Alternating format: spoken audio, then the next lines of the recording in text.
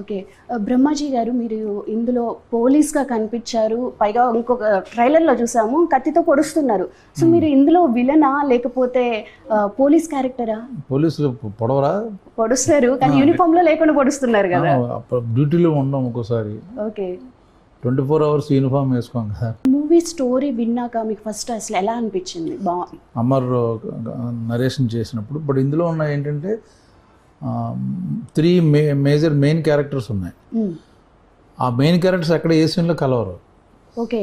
So మీరు కలవరు ఎక్కడ సినిమాలో మాకు కాంబినేషన్ ఉండదు. ఓకే. బట్ ఒకే మిషన్ మీద ముగ్గురు పనిచేస్తున్నట్టు యాక్చువల్గా ఓకే. తెలియకుండా. ఓకే. సో లాస్ట్కి ఎలాగా ఏమైంది ఎలా సాల్వ్ చేశారన్నది అదే ఇంట్రెస్టింగ్ పాయింట్ ఇందులో యాక్చువల్గా. ఓకే. సస్పెన్స్ అనేది ఎండ్లో పెట్టారు. అవును.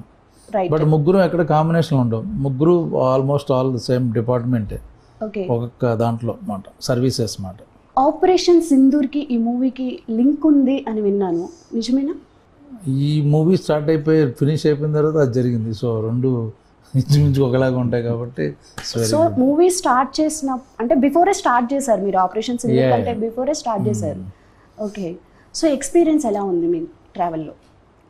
చాలా బాగుందండి. ఇది ఇప్పుడు నేను ఎప్పుడో పోలీస్ క్యారెక్టర్లు చాలా చేశాను కానీ ఇన్వెస్టిగేషను ఒక యాక్షన్ బ్యాక్డ్రాపు చిన్న చిన్న మారువేషాలు వేసుకుని తిరగడం షూటింగ్ చాలా బాగా ఎంజాయ్ చేశాను.